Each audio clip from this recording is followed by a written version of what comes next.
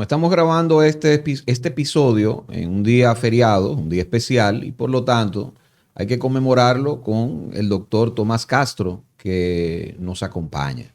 Vamos a hablar de muchos temas con el doctor, ¿eh? Sí, pero antes yo quiero decir que hoy lo que se celebra es el Holocausto. Por eso dije, se conmemora. El Holocausto, que los historiadores dominicanos han sido irresponsables tratando de poner a la Virgen de la Mercedes como protectora de los abusadores, de los criminales que masacraron a la raza indígena en la República Dominicana. Y entonces, por eso el poeta dice que enarbolando a Cristo con su cruz, los garrotazos fueron argumentos que convirtieron a los indios vivos en cristianos muertos. Entonces hoy la iglesia debería hacer una separación y decirle a los miles de creyentes del cristianismo que la Virgen de la Mercedes no tuvo nada que ver con ese holocausto, porque de esa manera sacarían a la Virgen salva de las imputaciones que se le puedan atribuir. Claro. Claro, eso es así. Estoy de acuerdo con usted. Doctor, hablemos del tema Herodón. Ese apagón por, ¿qué? 18 horas. Bueno, 9 horas en principio. 9 horas en principio, pero después siguió en la madrugada y totalizó unas 18 horas, que escandalizó a todo el país, y de inmediato el gobierno hizo una suerte de, ¿verdad?, de tirarle la pelota exclusivamente a la administración de Herodón, y también están haciendo una suerte de maniobra comunicacional, porque es más, para mí maniobra comunicacional, pero usted, como es un experto jurista, nos va a explicar, como diciendo como que van a hacer sanciones, como que se va a investigar a fondo lo que pasó ahí. Desde tú ves a Eduardo Estrella, todo el mundo hablando, claro, que se va a investigar lo que pasó ahí. Y de repente tú ves como el departamento aeroportuario que dice que va a investigar. ¿Pero qué va a investigar el departamento aeroportuario? ¿Se va a investigar a sí mismo? Que no supervisó nada de eso. Entonces, explíquenos bien, desenrédenos esa cabulla en la que el gobierno nos quiere meter. Mira, no es la primera vez que ocurren situaciones como esa. Yo recuerdo en una ocasión que las luces de la pista de aterrizaje se fueron del aire. Dios mío, eso sí. Porque cuando investigaron, Sí. se habían metido una gente en la pista de aterrizaje y se habían robado los cables eléctricos. Sí, pasó temprano en este gobierno. Eso no hace mucho. Sí, no Eso fue como 2021, el gobierno vino a 2021. Sí, algo no así. hace mucho de eso. No Sí, hace- sí, sí. Dios. Recuerda eso. Pero recuerda además de eso, si yo tengo un apartamento y yo te lo alquilo a ti y se te va la luz en tu apartamento, ¿qué tengo yo que ir a meter cuchara y a decir que va a investigar? Es un problema tuyo. Lógicamente, la parte que le corresponde al país, esa situación puede dar al traste con que muchas líneas aéreas comiencen a pensarlo en hacer viajes y tener como destino el Aeropuerto Internacional de las Américas. Claro. De la misma manera que la Organización Mundial de Aviación puede en un momento dado quitarnos la licencia, quitarnos la categoría 1 y meternos en categoría 2 o 3, porque en un país donde no hayan seguridades para la aviación civil, realmente es una situación muy incómoda. Lógicamente uno tendría que volver al momento donde se dieron todas estas negociaciones. Yo he hablado del libro del periodista español Ordóñez, que escribió un libro que se llama Negocios de Bajos Vuelos. Y en ese libro están consignados los contratos que se hicieron originalmente para que el Estado Dominicano cediera mediante contratos de concesión, porque ni siquiera es un contrato de arrendamiento. Ni siquiera se trata de un contrato de venta, ni un contrato de acciones donde te compro acciones para ser parte de la administración. No, es una concesión aeroportuaria mediante la cual le dan a esa empresa los derechos totales, no solamente de la administración, sino también de hacer acuerdos con otras empresas y con otros países respecto del uso de la terminal. Entonces, venir con esta payasada, Leonel dio la concesión. Una concesión que costó en ese momento unos $1,000 millones de dólares. Y posteriormente a quien se le dieron la concesión, vendió la concesión más para adelante en $3,000 millones de dólares. Explique eso, por favor. Sí, Mira, esa vaina. Porque... La concesión inicial que Leonel Fernández le dio fue al grupo Hasuri. Y el grupo Hasuri, a su vez, vendió más para adelante la concesión que había obtenido de parte del gobierno. Cosa que era algo insólito, porque claro, yo normalmente en mi oficina que se pueden hacer un contrato de arrendamiento o de alquiler de un apartamento y normalmente se pone una cláusula que dice: usted no puede ni subarrendar ni traspasar el arrendamiento a otra persona, claro, sin el consentimiento del dueño. Lo que quiere decir que el hecho de que al grupo Hasuri le dieran la concesión aeroportuaria y ellos tuvieran la facultad de también traspasar eso a una empresa extranjera, en este caso una empresa francesa, realmente dice la magnitud del fraude, del delito que se cometió. Claro, sí, los Hasuris tuvieron que esperar la aprobación del Congreso para obtener esa concesión. La aprobación del Congreso. Pero entonces ellos, usted dice que vendieron eso sin el Congreso enterarse. No, es que yo creo que eso no fue al Congreso. No, la primera vez, digo.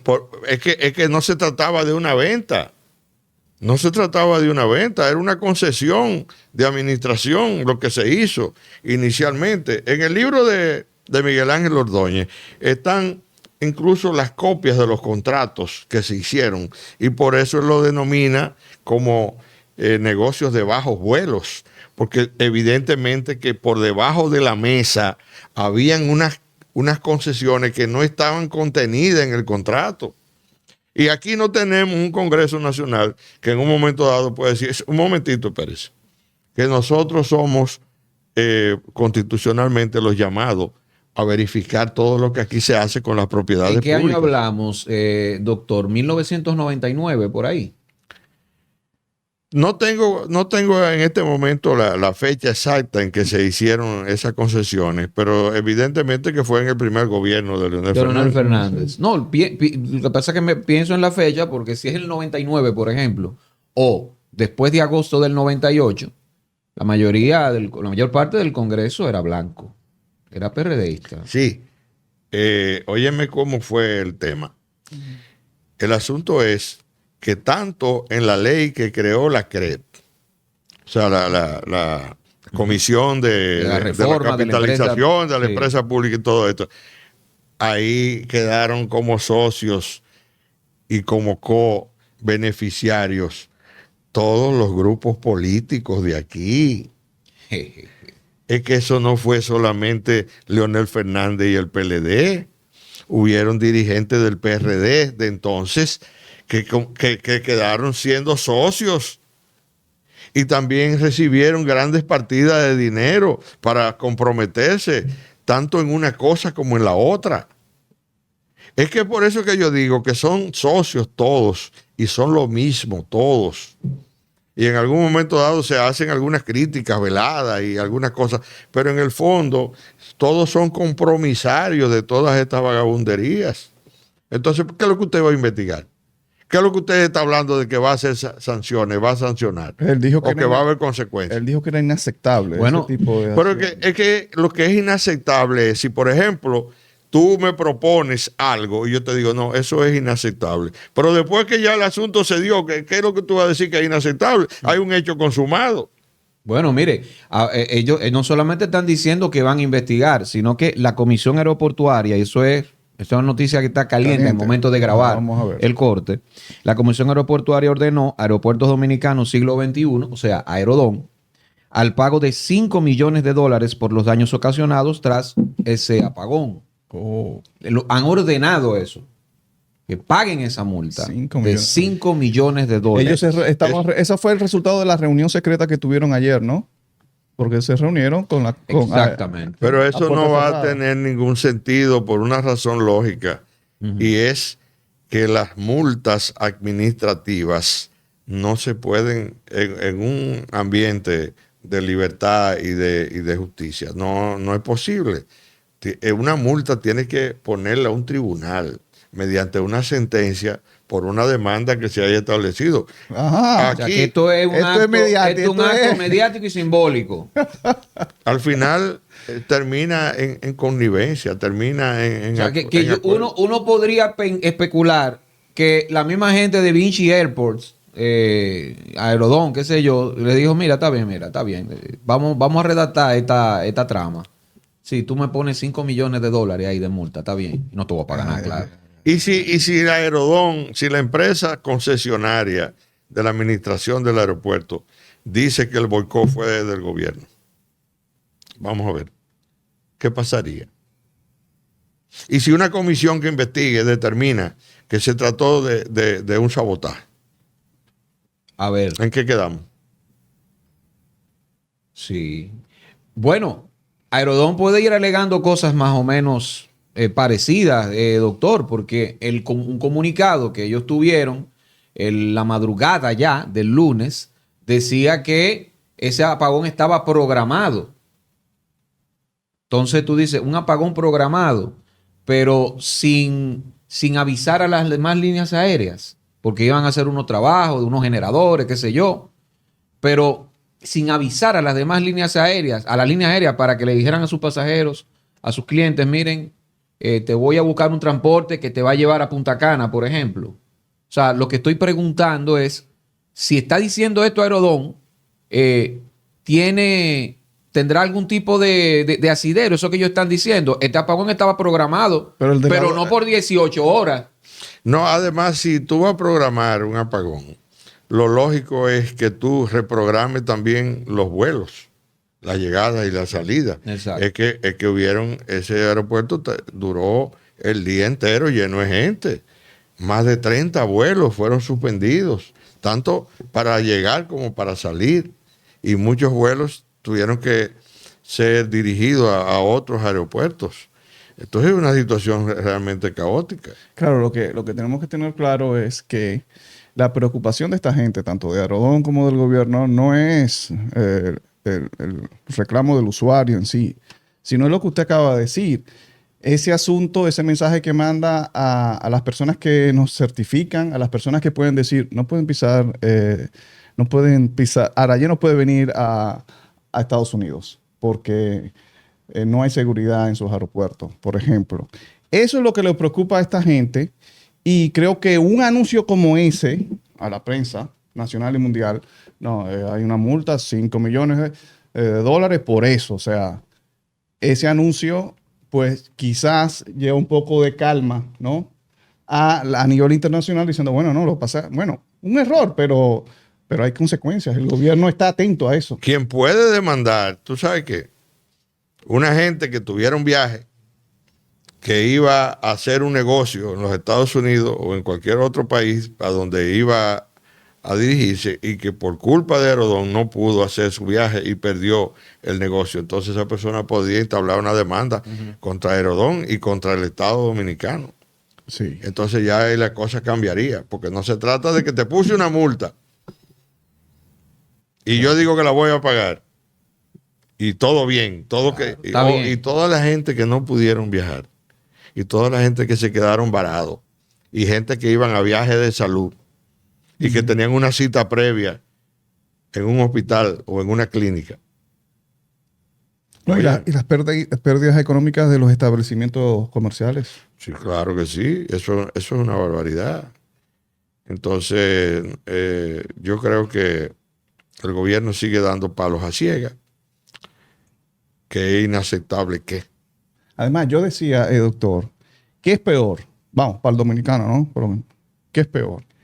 El apagón ese de Punta Catalina que dejó a medio país sin luz, o este apagón de 9 horas en un aeropuerto, donde la pista, porque la pista no se apagó, ¿eh? Ellos sí tenían sistema de emergencia para la pista. Lo que tuvieron incomodidades fueron el counter y los vuelos que estaban, los desviaron.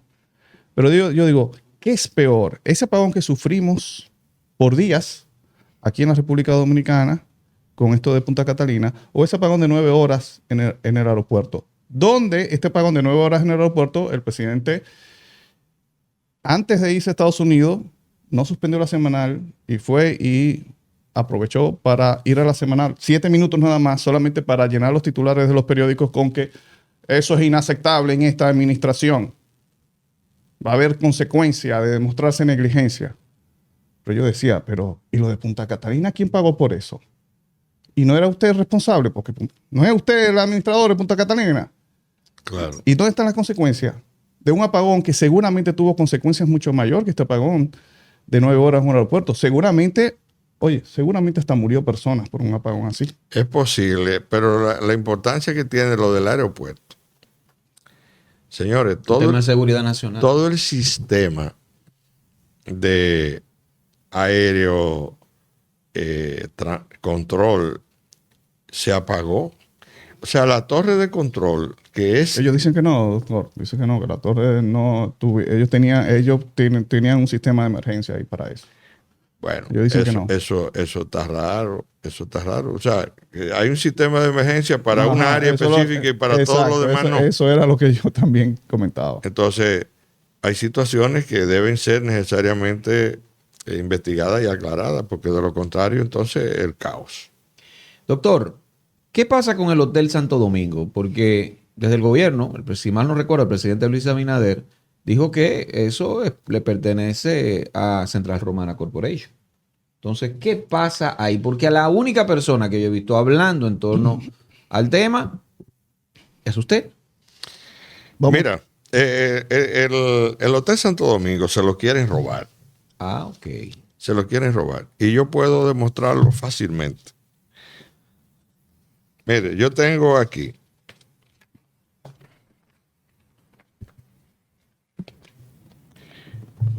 esta es una publicación que hace el periódico El Sol del sábado 11 de agosto de 1979. Uy. 1979. Mírala ahí, donde está la fecha de la publicación. Esas son las cosas que no encontramos digitalmente. Exactamente. ¿Qué estableció el periódico El Sol?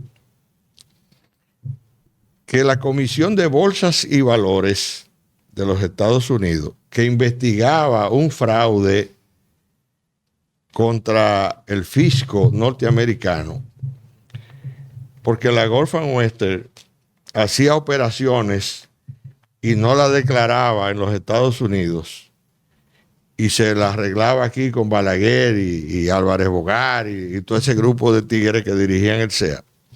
Para no pagar impuestos en Estados Unidos. Para no pagar impuestos y para evadir. Para evadir, claro. Entonces, ¿qué es lo que dice el informe de la Comisión de Bolsas y Valores de los Estados Unidos? Dice así: el Banco Central autorizó a la Gulf and Western a retirar $21 millones y financiarlo por vía del expediente de retener los recursos de las ventas de azúcar desde el 26 de marzo hasta el 17 de junio. A cambio de esto, la Gulf and Western se comprometió a emplear sus mejores esfuerzos para la terminación del Hotel Santo Domingo antes de que se efectuara aquí la convención de abril de 1975 del Banco Interamericano de Desarrollo, añade el informe. O sea, el periódico está hablando de lo que dice el informe de la Comisión de Bolsas y Valores de los Estados Unidos. Y sigue diciendo así: el informe de la Security and Exchange Commission apunta que la construcción acelerada de ese hotel, ubicada en la Avenida Independencia de la capital dominicana, exigió que los obreros trabajaran las 24 horas del día y ello conllevó un costo adicional de $380,000, suma que la Gulf and Western trató en sus libros de contabilidad como gastos adicionales de recompensa de sus contratos de azúcar al Banco Central de la República Dominicana. O sea que el Hotel Santo Domingo realmente una propiedad del Banco Central de la República Dominicana y que lo que la Gulf and Western aportó para terminar el hotel fue consignado en sus libros de contabilidad como un aporte que hizo al Banco Central de la República Dominicana, que no conllevaba ninguna contrapartida, a no ser la contrapartida de que el Banco Central, que en ese entonces, de conformidad con la ley monetaria, las empresas extranjeras no podían sacar más del 25% de los beneficios de sus operaciones en el país y tenían que reinvertir el otro 75%. Entonces, ¿cuál fue el negocio que hicieron? Balaguer le autorizó a la Gulf and Western que podía sacar 21 millones de dólares que estaban depositados en el Banco Central. ¿Y qué hizo Balaguer entonces con Gulf and Western? Le dio una concesión de arrendamiento del Hotel Santo Domingo por 50 años pagando $1 mensual. Ya. Que si tú calculas en 50 años son 600 meses. Es decir, que el Banco Central iba a recibir de Gulf and Western 600 pesos por el arrendamiento del hotel por 50 años. Entonces vienen con esta. Mire cuándo es que dice el gobierno que este certificado de títulos a nombre de Central Romana Corporation, que es falso, Yo te lo mandé los tres, los tres.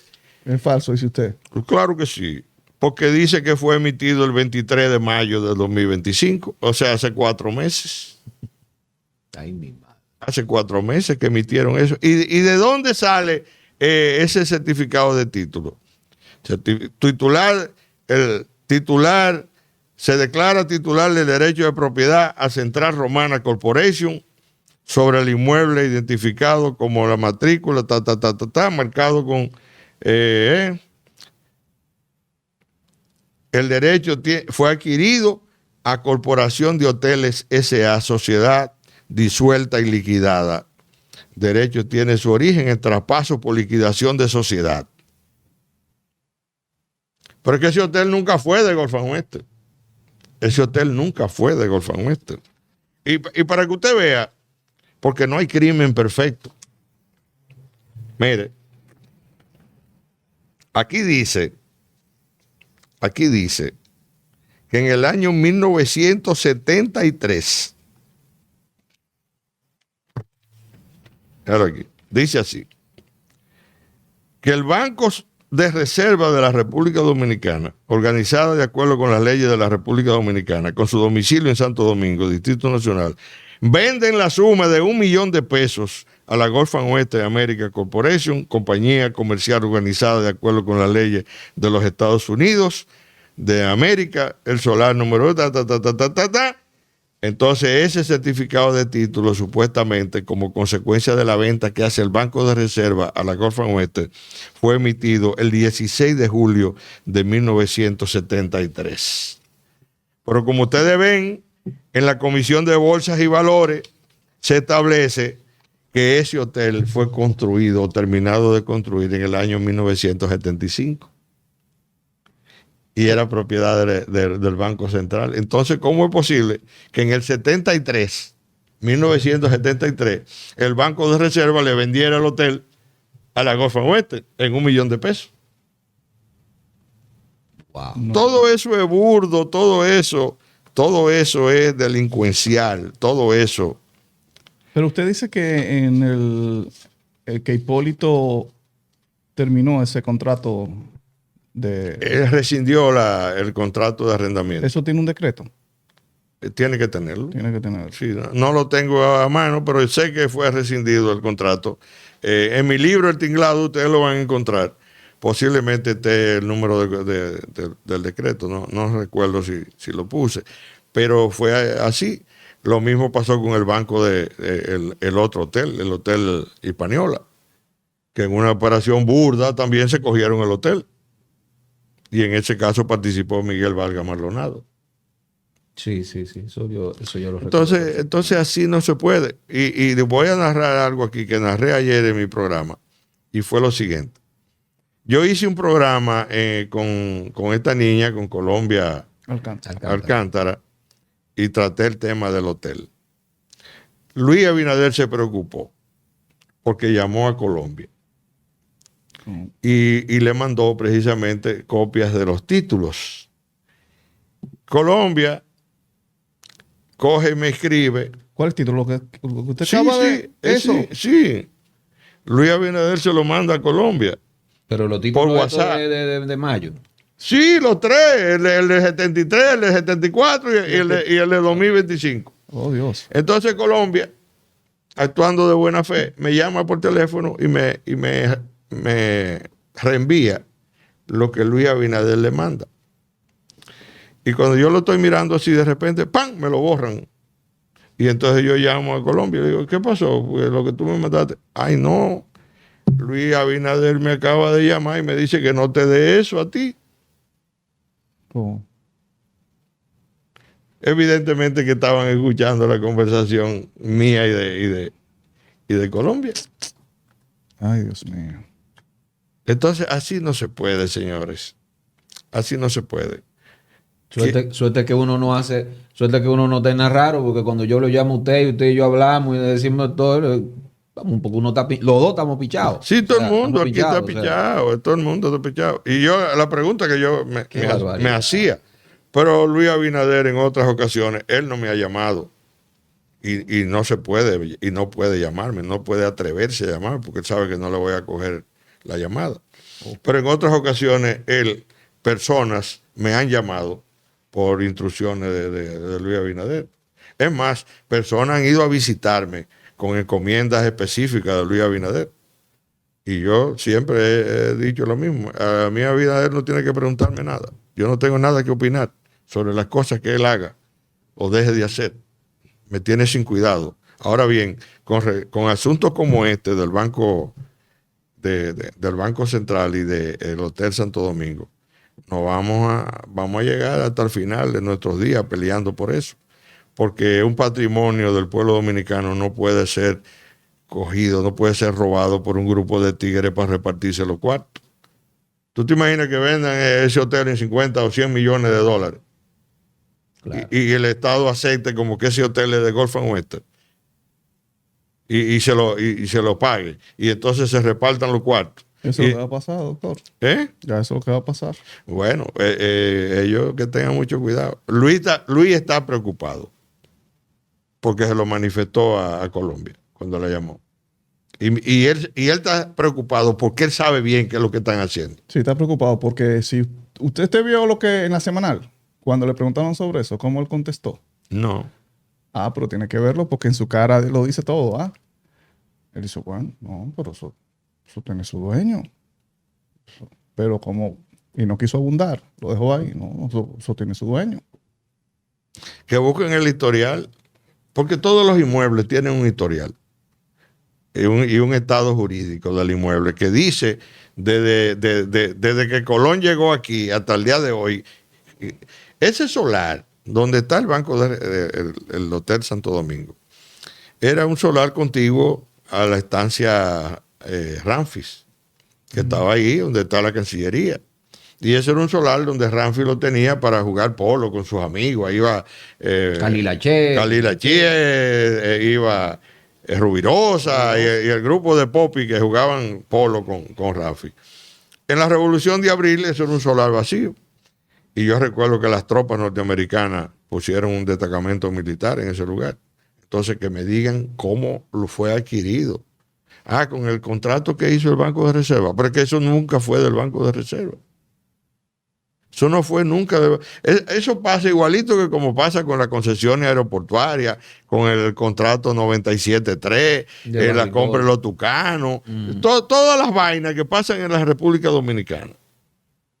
Porque aquí esta plutocracia que quiere hacerse de todo lo que es del Estado, como lo hicieron con todas las empresas públicas. Y el Estado dominicano no tiene nada, ni el pueblo dominicano. Todo es del sector privado. Y cuando el Estado dominicano hace una obra, entonces la hace supuestamente como una obra público-privada, que al final va al sector privado y el Estado dominicano no tiene nada. Como pasó con Punta Catalina, que el Estado dominicano se gastó una cantidad de dinero que todavía no se sabe cuánto fue. Sin embargo, quien la tiene en la mano es Marrancini, sin haber aportado un peso. Totalmente. Y trajeron unas barcazas ahora, unas barcazas. Pero sin disimular, ¿eh? Están el decreto de emergencia eléctrica, que si yo qué, Abinader, y ahí llegaron la barcaza de una vez. Sí, Sin dar ningún tipo de explicación. declararon de emergencia las compras para las empresas eléctricas en un momento para poder hacer todo lo que hay que hacer sin necesidad de pasar por Go. Exactamente. Porque no tienen que mandar nada al Departamento de Compra y Contratación. Y aparecieron esas barcazas expulsadas de Cuba, si mal no recuerdo. Sí, pero son barcazas que tienen un alto costo de contaminación. Exactamente. Y eso no tiene. Y el precio altísimo. Y el de precio, generación. Yo exacto. tengo los videos ahí de las barcazas. Yo los tengo. Qué barbaridad. Y le pusieron una bandera de una vez dominicana. Qué sinvergüenza. Doctor, ¿qué opina usted sobre este tema que la verdad creo que usted formó parte integral de una solución que uno pensaba y uno estaba apoyando entre este conflicto que ha surgido, esa tensión entre Roque Espaillat, el cobrador, y el periodista José Peguero? Aquí usted nos reveló que había mediado para que este asunto no pasara de ahí, ¿no? Y que se consensuara y que no llegaran siquiera a un juicio por difamación e injuria. Pero vemos cómo la semana pasada José Peguero dice que no, espérate, a mí me cambiaron el documento y bueno, no voy a conciliar y no voy a aceptar esos términos y nos vamos hasta las últimas consecuencias. O sea, ha cambiado este asunto. ¿Qué opina usted al respecto? Mira, José Peguero me llama por teléfono y me dice, me invita a su programa y estando allá en su programa me dice que estaba citado para la fiscalía para ir al tema de la querella que le puso Espaillat. Y yo me comprometo con él a acompañarlo. Lógicamente, mi posición no era ir a acompañarlo para ir a litigar y para ir a pelear, sino para conciliar.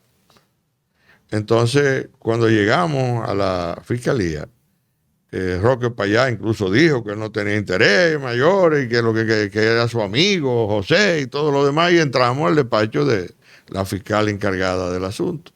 Y ahí acordamos que íbamos a redactar un documento y que las partes lo iban a suscribir y que lo íbamos a depositar en la fiscalía para dejar ya el asunto resuelto, un desistimiento de querella y todo lo demás.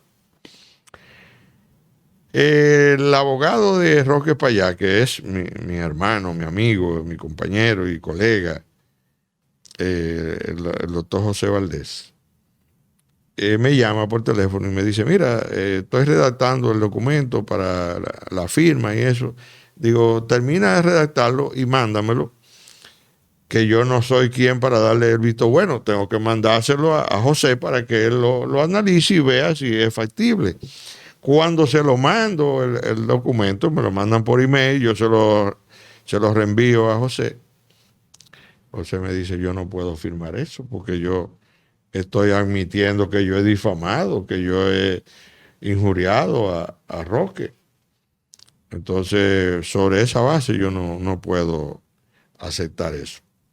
Bueno, llegó el día en que estaban las partes convocadas a la fiscalía. Yo ese día no podía ir porque tenía otro compromiso.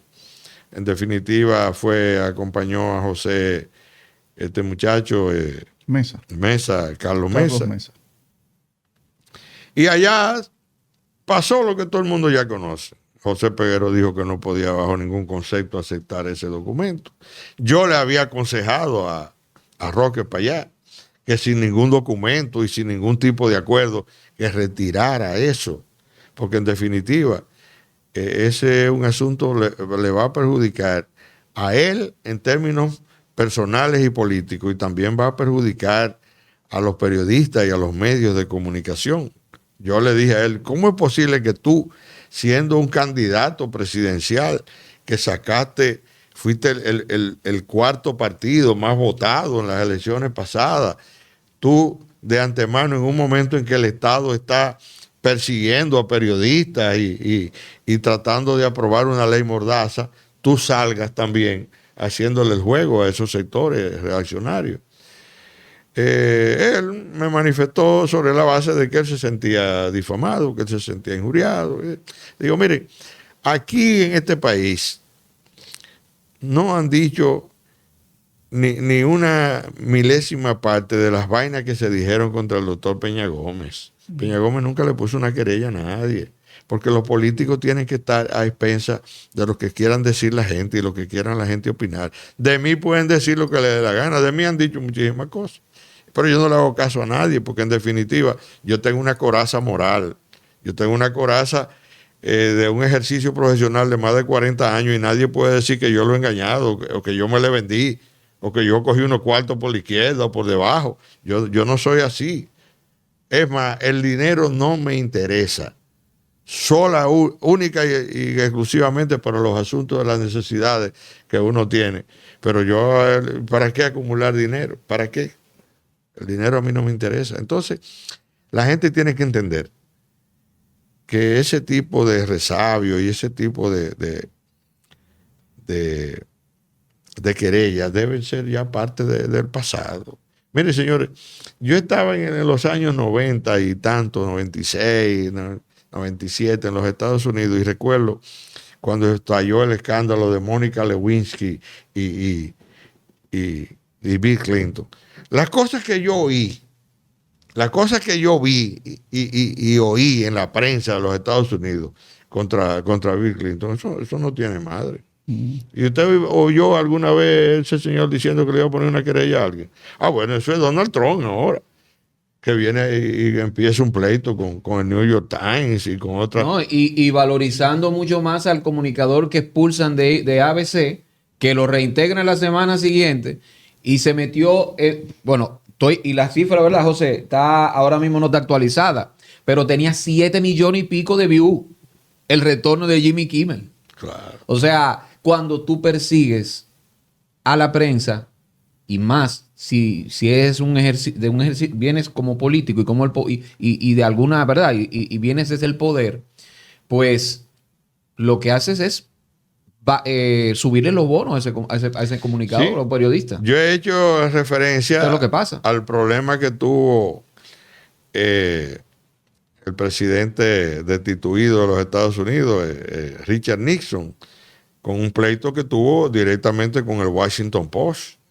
Y eso le costó la presidencia de la República de los Estados Unidos. Exactamente. Pelearse con la prensa, sobre todo con la prensa responsable y con la prensa seria, y que tenga altos sus bonos en términos de credibilidad y de objetividad. Yo creo que es un error que los políticos tienen que aprender. Lógicamente, aquí tenemos dos situaciones. Los medios de prensa que venden su opinión, y los medios de prensa que tienen cierta libertad para tratar temas que no son comunes, que lo trate todo el mundo. Porque aquí, señores, ahora mismo el gobierno está gastando alrededor de 13,000 millones de pesos en publicidad. Exactamente. Que no es publicidad per se, es soborno. Entonces, en un mercado de conciencia, en un mercado de la opinión, donde la opinión tiene un valor, y cuánto cuesta callar o cuánto cuesta apoyar diferentes cosas, bueno, pues allá lo que quieran vender su conciencia y quieran vender su opinión. El doctor Tomás Castro con nosotros. sigue con otro corte. No se mueva de ahí porque esta es La Quinta Pata. José Maracayo, Edwin Cruz. Recuerda suscribirte, activar campanita, darle a me gusta para seguir creciendo, compartir y todo eso.